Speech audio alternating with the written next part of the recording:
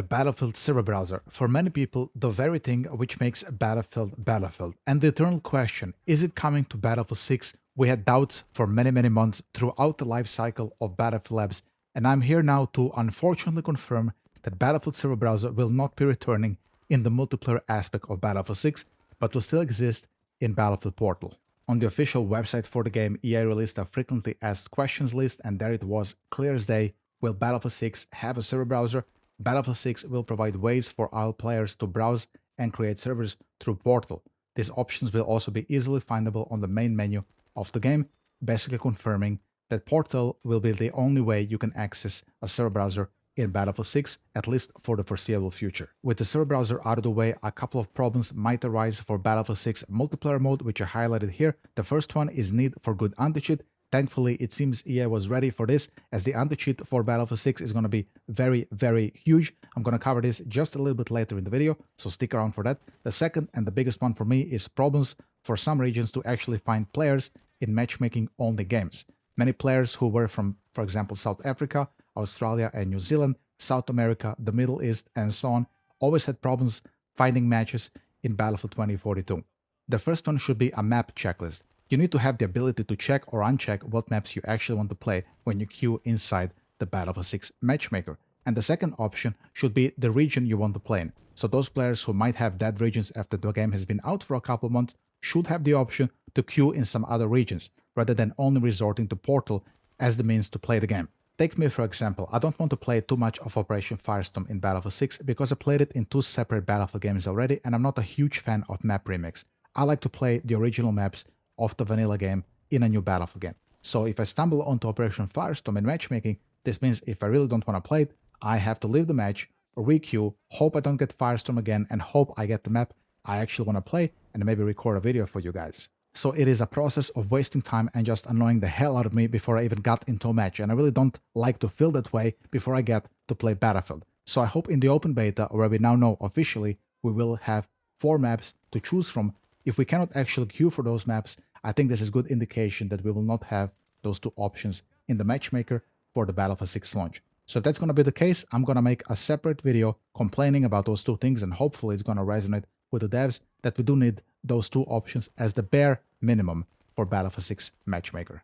For the new viewers, if you plan to play Battlefield 6 and you want to have daily videos on Battlefield 6 from perspective of a highly skilled infantry and vehicle player, then consider subscribing. I will be going hard in Battlefield 6 and I would love to have you on board. Thank you so much for your consideration. Let's check the anti-cheat now. So the Battlefield 6 anti-cheat is called Javelin. This comes from EA's frequently asked questions on the Battlefield 6 main website. Javelin anti-cheat is EA's evolving approach to ensuring that all players enjoy a fair gaming experience across all of our published titles.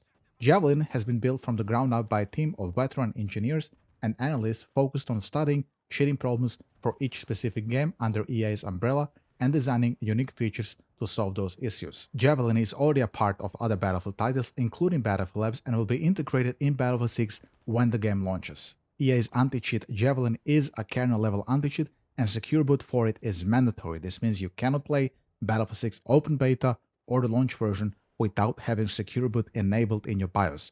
So consider this your heads up if you plan to play both the open beta and the launch version of Battlefield 6. This came with an update in Battlefield 2042 a while ago. It has been a part of Battlefield Labs, I think, since the beginning, so it's not going away, guys. You will need to enable it. So I hope your motherboard has the options for secure boot. Some people were telling me in previous videos, Ace, my motherboard doesn't have the options for secure boot.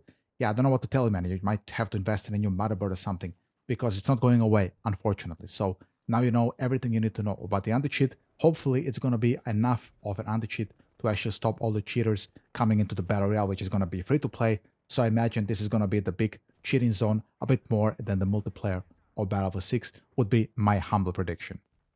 Here's a couple more facts from Battlefield 6 frequently asked questions page. Is there any way to purchase early access to Battlefield 6? No, Battlefield 6 will launch worldwide on October 10th, 2025 for everyone. Honestly, this is great in my opinion, and pretty generous considering this is Electronic Arts we are talking about. I always find it very scummy when other games do it, so that when you pre-order the game, you get 7 days early access to the game. So you get your guns unlocked, you know the maps a little bit more, you get some of your vehicles pimped up, and then when the floodgates open on the actual global release date, you're just farming all the new players and just ruining the experience for the new players because you already kind of passed that gap, if that makes sense. I always found this to be pretty big pre-order bait. And considering EA didn't take that bait and they're just gonna let everybody play on the same day, I think it's a pretty big win for Battlefield 6 multiplayer.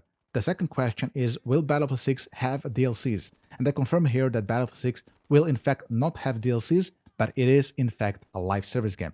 Battlefield 6 will receive content updates on a consistent seasonal basis. All gameplay impacting content, weapons, gadgets, maps, etc. will be free or earnable for players and will not require them to spend money. If this is true and we're getting free content for nothing, as type of a season pass or whatever, it's pretty interesting. So how are they going to monetize the game? I guess it's just going to be Battle Pass cosmetics. If we're getting free content here, if we're going to hold them by the word, this is the official word from them on their frequently asked questions page. I mean, so far, guys, so good, at least when it comes to those two questions here. The final thing I'm going to talk about today is crossplay. It's completely optional and you can also turn it off completely. So the Battlefield studios have given a new term to this functionality, preferred crossplay. So the way it works is if you search for a game, it'll prioritize matchmaking only with the players on your chosen platforms. And only if it cannot find suitable players for the match you queued in, will it then start to grab people from Steam, EA app, and other computer platforms. You can also disable crossplay completely if you only want to play with people on your platform. Additionally, PC players can only matchmake across Steam, Epic, and EA apps. So I, from computer, cannot force myself in your Xbox lobby as a PC player. This is something you control. Apart from crossplay, Battlefield 6 also has cross progression, meaning that as long as you are using the same EA account, your progression and unlocks will carry over to all platforms. I think this is all very good, especially this cross progression thing. If you, for example, switch from console to PC, let's say you buy a brand new computer, you just won the lottery and you buy a 5090 and 9800 X3D, you want to switch, you can keep your progression so you don't have to regrind the guns, the skins, and all this other super mundane shit you gotta deal with usually on other older games. So this is great. As for crossplay, I know how console players feel about playing against good PC players on Battlefield, but I would just give you a friendly reminder that if you plan to play Battlefield 6 months or 1 year after launch, the game will eventually stagnate and it will lose players and it will sunset. So eventually, if you're gonna keep playing Battlefield 6, you will need to enable crossplay just to find a match quick enough, unless you just really want to wait 5 or 10 minutes. So if you're gonna have crossplay on immediately from launch, you will get used to playing against PC players a little bit and get a little bit better against them, so that when you do enable it later to play the game fast and have quick matches, you're gonna be a little bit ready for that big influx of PC players rather than playing catch up 6 months or 1 year after launch. Just a friendly reminder, you do as you please, of course, it's your game, but I'm just giving you a reminder how it might play out. I've seen it in other games before.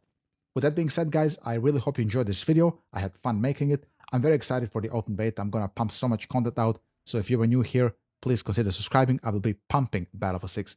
For my regular subscribers, as always, thank you so much for watching, for your continued support month and month after I've been covering Battlefield Labs now. Leave a like and a comment for the algo, and I'll see you boys in about a day or two with a new video. Take it easy. Bye-bye.